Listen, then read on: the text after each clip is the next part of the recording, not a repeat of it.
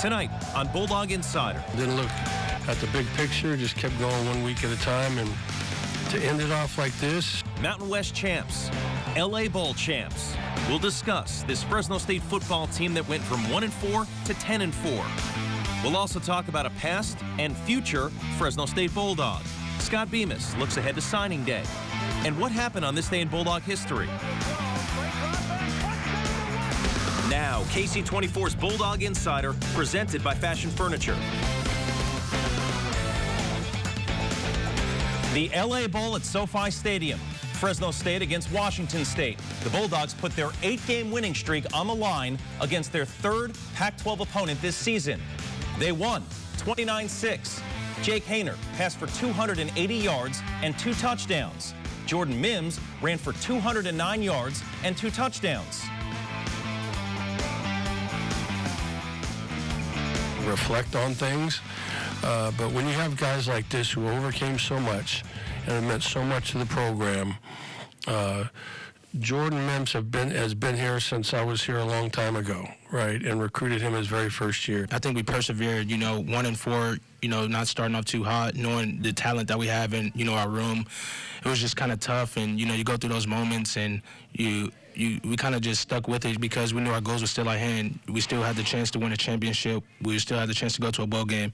We accomplished that. We came out here and we dominated, did what we had to do, and it was a blessing, 10-win season.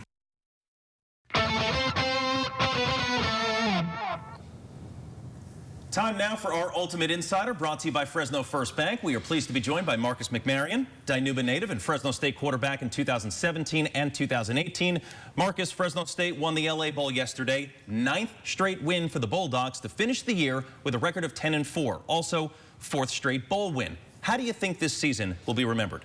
Yeah, just a team that overcame, adversity and grit, and, really just everything you want to exemplify about Fresno State, just being a blue-collar town and team and football team. I think that's exactly what this team's going to be remembered for. We all know this team was 1-4 back in early October. To go from 1-4 to 10-4, is that a bigger deal than the turnaround from 2016 to 2017? The team was 1-11 before you got there, and then 10-4 your first year at Fresno State. I want to say yes. Just having been on that team, you kind of have a whole year to reflect on that. The fact that these guys had a couple games to kind of make a decision, that 5th game of the year said, hey, we're going to win 9 in a row. That just speaks volumes to, the leadership in the team and just the players and just everyone that was involved in that locker room. 4 years ago, when you guys won the Mountain West Championship, you finished off the season by beating Arizona State in the Las Vegas Bowl. Did you feel like you needed that bowl win to complete your season? And can you compare that feeling to what the current Bulldogs are feeling right now?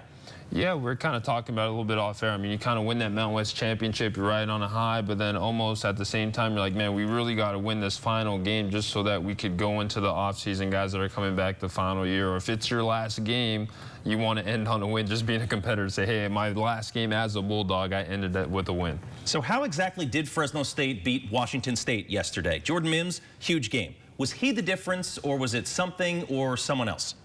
Yeah, I think we were just the better team overall, and I think it showed on Saturday just when they were playing, and Jordan Mims played a huge part in that, and obviously Nico and Jalen and Zane. They just had so many playmakers, and I think it was really on display this past weekend.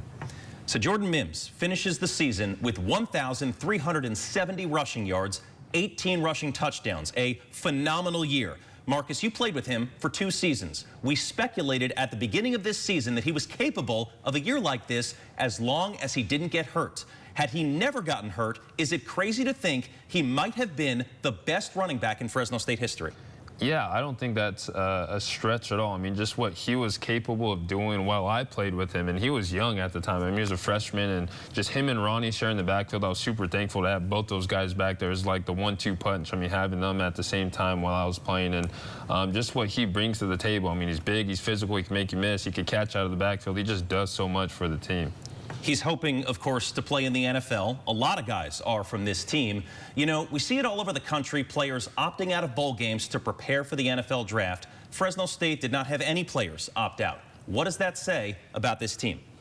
I think just their goals that they set in the beginning of the year were bigger than anyone's kind of future or what selfishness. There was just none of that. I mean, just a selfless team. And I think it speaks volumes to just everyone's character on the team, to kind of put the team first and not so much saying, hey, my future is more important than the goals we set in the beginning of the year, and just understanding, hey, the job's not finished. So it was really cool to see all those guys do that. As a quarterback yourself, of course, I have to ask you about Jake Haener. But I've got a big picture question for you. Now that Haener's Fresno State career is over, who do you think had a better Fresno State career? Jake Haener or Derek Carr? Oh, man, that's a tough one. I mean, they're definitely two of one of the best quarterbacks to kind of play at Fresno State. I mean, just their ability to just spread the wealth and do it in such a fashion that they did. It's tough. If I had to pick one, I'd probably say Derek, just because he's done his kind of due diligence in the NFL, and I think once Jake gets his shot at that level, he's going to stick around the league and do some fun things too.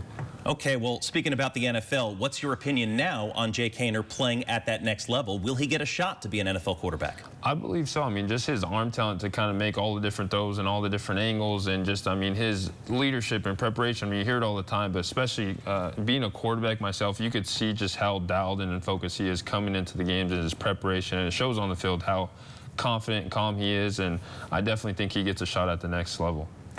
Next year's Fresno State team will look different than this year's, especially on offense. Jake Haener, of course, is gone. Jordan Mims, Jalen Moreno-Cropper, Nico Remigio, Zane Pope, and Josh Kelly. Were you surprised that Kelly entered the transfer portal? Yeah, I was. I think, obviously, kind of a little uncertainty at the quarterback position next year. I mean, you're losing someone the caliber of a Jake Haener who can make all the throws, and they're basically giving him the offense and throwing the ball as much as they are, and maybe just a little uncertainty. And I'm sure Coach Tedford has those guys dialed in, whoever's the up-and-coming quarterbacks, that he's grooming them the right way, or the transfer, whatever's going to happen. I know Coach Tedford, just with his caliber and history of quarterbacks, he's going to have a guy to throw the ball around. On defense, does Evan Williams return next season? What would you do if you were him?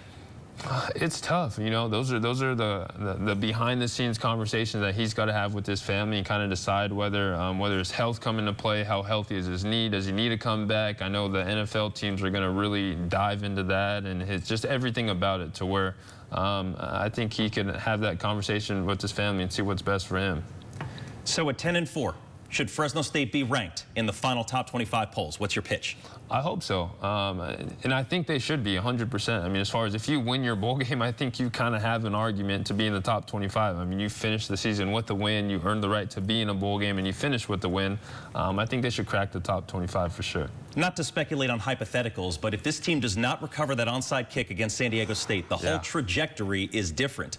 How crazy was that, and what happened since? Yeah, I saw you mention that after the game Saturday night. It kind of took me back, and I was like, wow, like if we didn't have that scene of events kind of take place to where they score the touchdown, they get the onside, they throw one play, Nico scores a touchdown. I mean, who knows where this team ends up to, where it just kind of goes to show that football is definitely a game of inches, and you never know what play is going to kind of change the trajectory of, your entire season.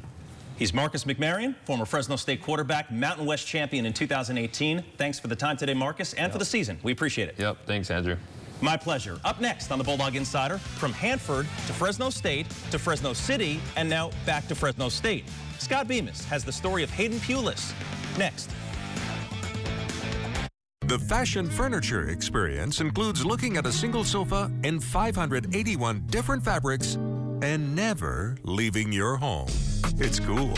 From Abernathy Green to Bobcat Sherbert and everything in between, nobody gives you more options more conveniently than your friends at Fashion. Click on fashionfurnitureco.com. Fashion Furniture. There's nothing like it in all of California. On El Paso across from River Park and online 24/7. People love Subaru just because it stands for much more than just a car. Through the Share the Love event, Subaru retailers have supported over 1,700 hometown charities. Have I witnessed and seen the impact of what we do? You bet I have. We have worked with so many